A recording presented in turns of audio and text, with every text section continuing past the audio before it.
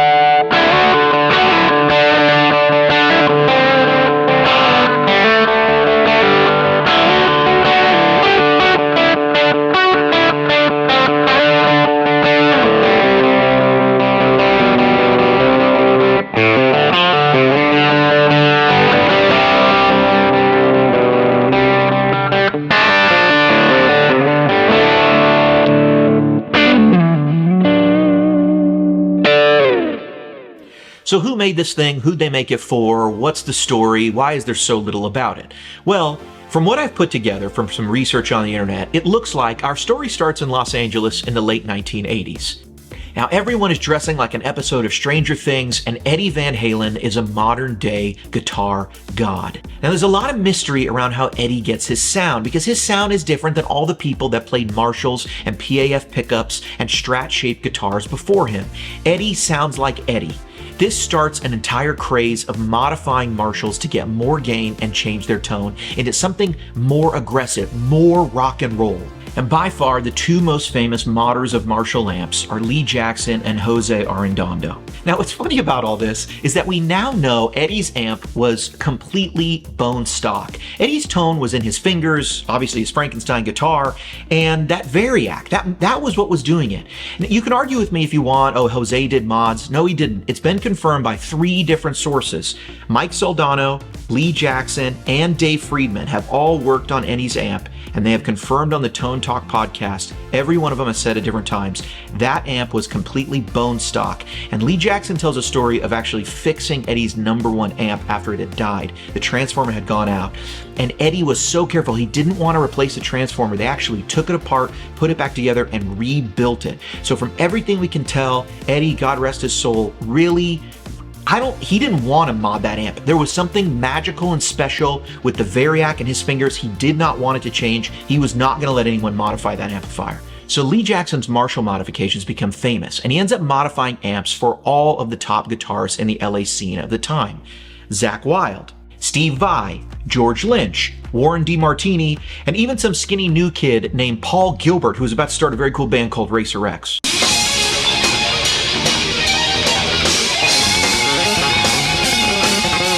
But all of us aspiring guitar players were showing up at concerts, seeing Marshalls on stage, buying Marshalls, and not hearing the sound of our favorite artists. And that meant Lee got very busy. 10, 12, 15 amps a day were showing up at Lee's shop to be modified. So Lee had an idea. Why am I promoting Marshall? I should promote myself. So Lee starts the company Metaltronics that sort of bring together all his mods and everything he knows about amps. Now this is where we gotta pause, and I have to point out the obvious. These are some of the ugliest guitar amplifiers maybe ever produced. Lee, if you're watching this, I'm sorry. These are absolutely hideous. Lee has a new M2000 amplifier that looks way better. Bravo. Now, in spite of what I think of the M1000's look, it became a very popular amp. It really put together the sound of the Lee Jackson modified JCM 800. But it added more. It gave you a much more usable clean channel. There was a better effects loop. All of these Metaltronics amps ended up having power attenuators built in. In 1989, that's pretty impressive stuff. And it really captures that JCM 800 bite, but it also gave you the ability to add a second drive channel sort of on top, where you have two gain stages cascading into each other for an even heavier sound. And they all have this mid shift. You just sort of shift the mid-range up, boost those mids, and you get that Lee Jackson sound.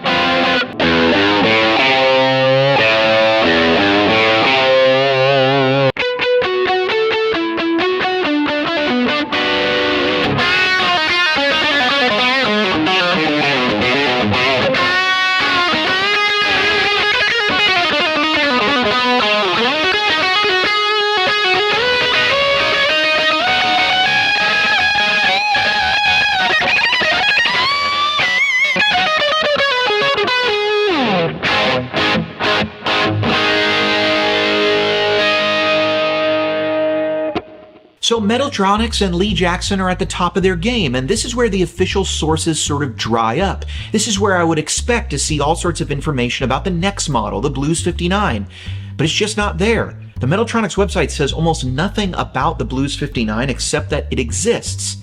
Its manual link actually links back to the M1000. But what I did find was a couple obscure internet references, things that say it had something to do with Billy Gibbons. And I finally found a picture of the old Metaltronics website, a 404 page that's now disappeared. But I found a picture of an article that was on that website that told this story. Basically, it said as Metaltronics was growing in popularity, Billy Gibbons approached Lee Jackson about modifying an amp for him. Lee Jackson came up with the amp that became the Blues 59, and they showed it at the 89 amp show. But that's really the only reference to Billy Gibbons I can find. I couldn't find any videos or proof that Billy had actually played this amp or endorsed this amp. In fact, there's very few photos online. I went to go check my serial number. I figured if it was 20,000, I might be able to glean that 20,000 Blues 59s were made. Serial number removed. What does that mean? Serial number removed. It's not just scratched off. It's not just not there. They put serial number removed. What does that mean? Is this a promo amp? Was this made for a distributor, or maybe it was given to an artist? Maybe this is the very first Blues 59 that went to Billy Gibbons. I have no idea. I'm just making that up. It's probably not. But what I do know is these photos exist. So I know there's several of these out there. There's probably many of them out there. There's one on Reverb right now, but other than that, it's very difficult to find these amps. We just know very little about them. Even in interviews that I've been able to dig up of Lee Jackson, nobody talks about this thing. And it's really a stellar amp. So the Blues 59 is kind of like a 3-channel amp. It's got clean, rhythm, and drive. To get the clean, you just pull out the pull clean volume. And it's really nice, full, big, high headroom clean.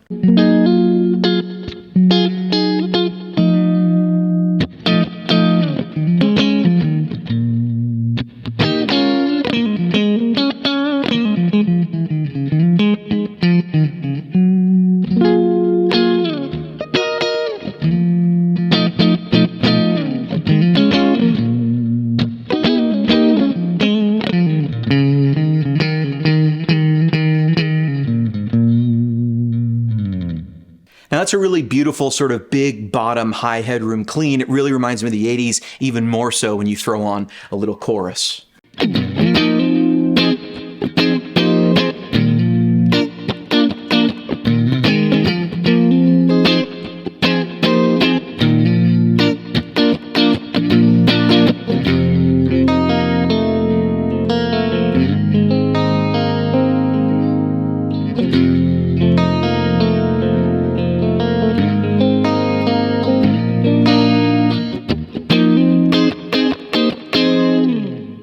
If you want to get to the rhythm mode, you just push that clean knob back in, and you're instantly right here at this. I've got the mid shift up a little bit, so you get a nice mid-range push.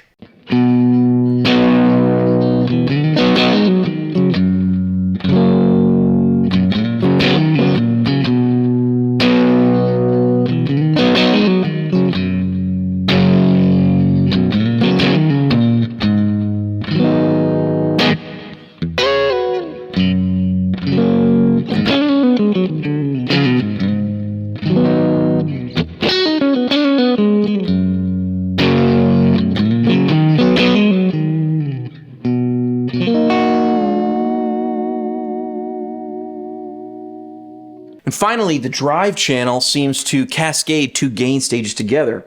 I have the mids pushed a bit, but what's really cool about this channel is you can still clean the guitar up relatively well. I mean, for this amount of gain, this really is very responsive. Check this out. I've got my volume at about halfway, and I'm on a split position here, and then I'll go to the humbucker.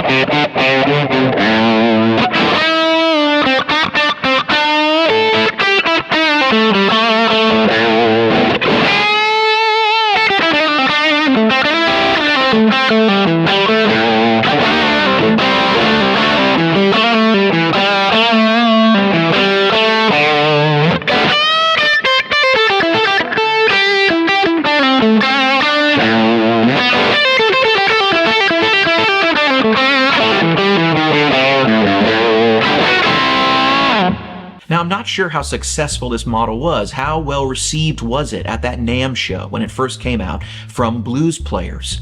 I have no idea, because unfortunately Metaltronics ended up shutting down kind of at the height of everything.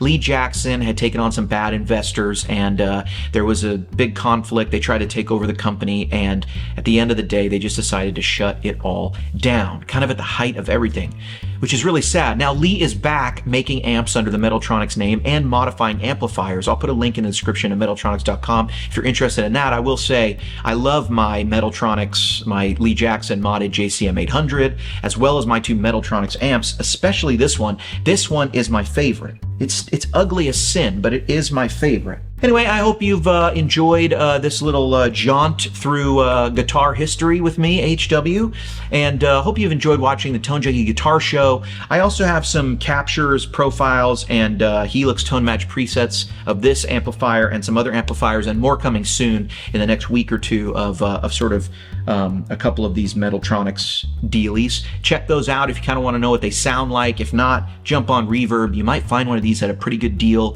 Just point of reference, I paid about $2,000 for mine, and they're incredible amps. Heavy, large, but they've kind of got it going on. I've been HW. Thanks so much for watching the Tone Junkie Guitar Show.